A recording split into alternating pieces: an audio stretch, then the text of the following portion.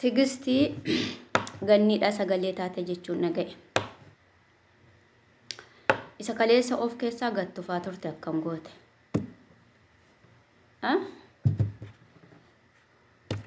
Gaafa nama qeeqtus ta'e, gaafa nama arrabsitu, gaafa namatti darbitus ta'e, gaafa nama salphistu of eeggachaa. Bolluma ati namaa qottutu si eeggata jechuudha. Mucaan kun amma towaa taate uummanni Oromoo waan si dhiisu sitti fakkaata. Maal akka haasa'aa turte hin dagatte. Namni kun akkamitti fakkeessaa akkasitti itti danda'a diraa waaqa. Akkamitti akka fakkeessaa akkasitti dandeessu sin? Hin danda'amaa akkas gochuun. Maal haasa'aa turte waan kaleessaa haasa'aa turte hin dagatte. Har'a ammas deebite ganni haadha hiyyeessaa, ganni haadha rakkataa akkas taate dhugaa jedhi. Dhugaa jettaa kana hundaa kan taate mucaan kun sababa keettidha. Dhibeen ishee inni jalqabaa si mataa keeti. Mucaan kun waa taatennaan uummanni Oromoo akka mataarraa mata sammuu kanarra gasin harcaane beektamte. Gaafa nama qeeqtan keessumaa warri mataa namaa taatan dura deemtan gaafa nama tokko qeeqtan of eeggannaadhaan qeeqaa. Gaafa dubbattan illee of eeggannaadhaan dubbadhaa. Sababni isaayyuu ofii keellee rakkoo keessa galta. Nama sanallee rakkoo keessa galchita. Har'a sagalee ta'uu keetti garuu gammadeeras gaddeeras natti fakkaata. Gobez asmassaayii baalagee. Gadhee.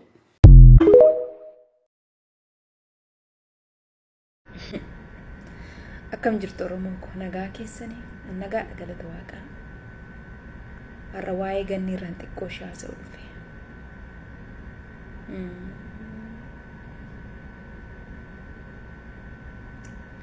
Kan dabarsee du'atti wal kennu numa Oromoo. Kan deebisee dursa immoo boo'ee gadda taa'u numa Oromoo. Foon ofii nyaatu taane. Alagaa maal kumannu numatu wal ba'aa dadhabe. Ormi maal nu godhe? Numatu wal kuffisuudhaaf kiyyoo waliif kaane. Argitanii torbee darbee bifa waaqayyo uumeef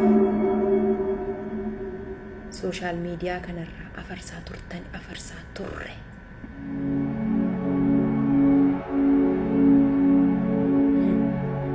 Bifa waaqni uume. Ashamaa akkam jirtu fayyaa keessanii nagaa keessanii nagaadhaayyuu.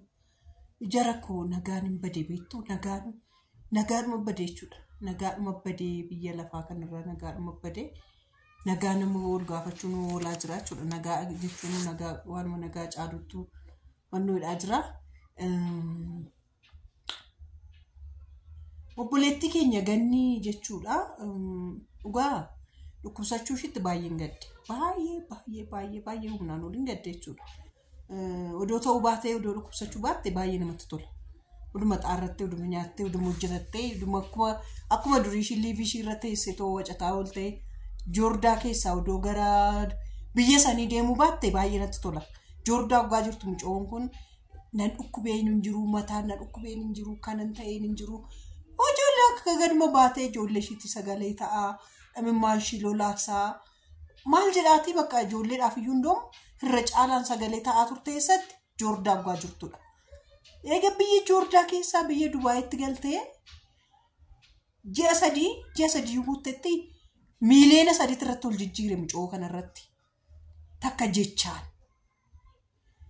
Takka maadhaan ani ogaa isaan immoo olirratti ka'aa turan olirratti duulaa turanii lakke ol bakka mucoodhuma kana sirriitti jetti godhanii itti guddisanii feenesiidhuma waannoodhuma jaalatamtuudhuma tokko gochuudhaaf akkas godhaa turanii hin se'aa ture.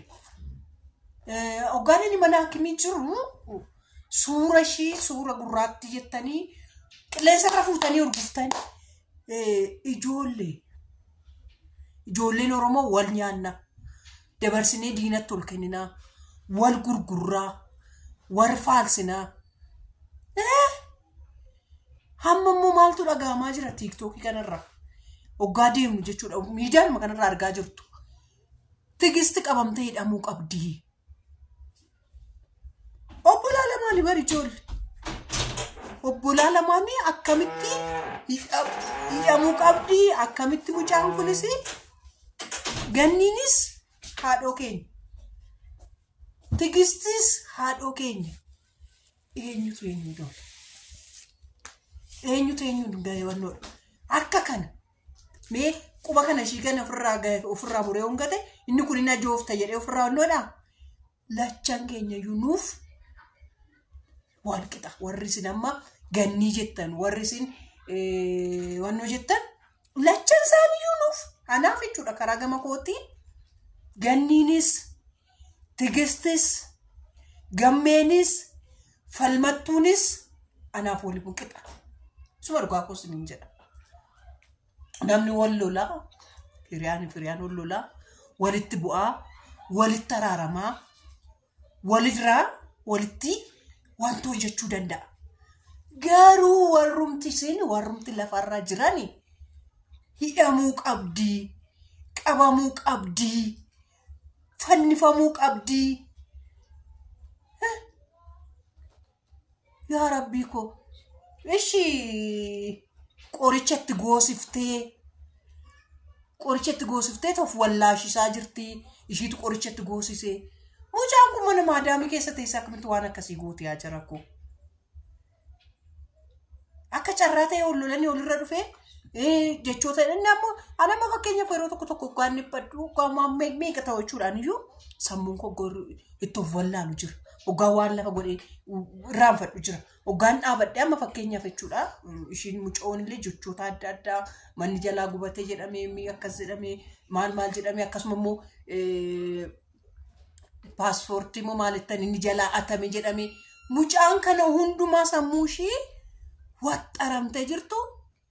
Ani mana hakimii keessatti isa dhugaa koo siniin jedha nama viidiyoo sinii waraabee gassinii dhiisutu dhibe malee maraadheen ture wallaaleen ture. Qoricha mastaagashaa fuudhanii gixxamnatti godhanii naarra gaaggaan. Suma dhugaa siniin jedha. Bakka nama sammuun badee ta'e. Dhibbina mucaa kootu irraa nan ka'e jechuudha. Suma dheengadda kaleessa malee dheengadda jechuudha dhiyoo kana. Fayyootti illee nimu. Abbaa eebbuu fi warra mana hakimii keessa jiru san bichaa beeka. Dhibbinni waan baay'ee nama godha. Waan baay'ee irraan nama ga'a. Mucoon kun dhiphatteetis ta'uu danda'a. Dhibbina irraan kan ka'e akkas ta'uu dandeessi. Kanaaf amma mucoon ishii sun immoo dhiphattee hoo maraattee hoo ijoollee. Lama maa dhabna?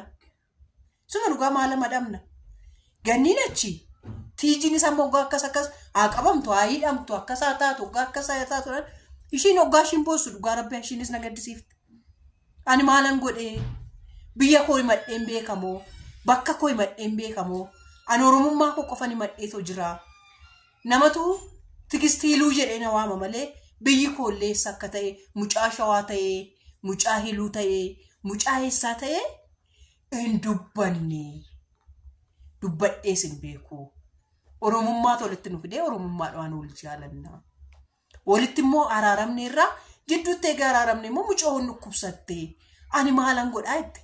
Mee warroon numti itti murteessaa jirtan kuni lachaan bira yuuk taa'atu ilaalaa. Ganni biras taa'ati.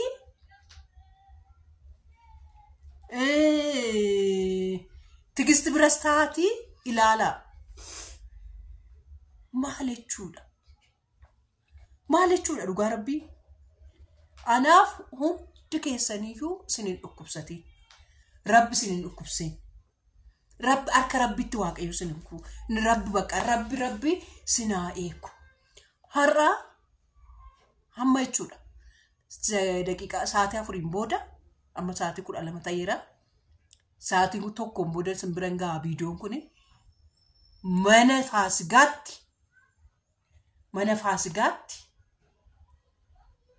walitti qabamanii walitti buusuuf dhukkuba ishee jechuudha. Waa'ee dhukkuba ishee irratti waa'ee maal ishee barbaachisu irratti warri dandeessanii dhaqaatti gargaaraa. Warri dadhabdanii kadhannaadhaan gargaaraa. Isin eenyu taataniit namarratti murteessitu. nu eenyu taaneet namarratti murteessine. Abaluutu akkas godhe amma jennu waaqa tokkichatti kennu. Waaqni tokkichi waan barbaade haa godhu. Si dhukkubsachiisee situ kanaan ga'e situ akkas godhee situ kanaan godhee chuur keenyarra waaqayyoon haa kadhannu. Tole.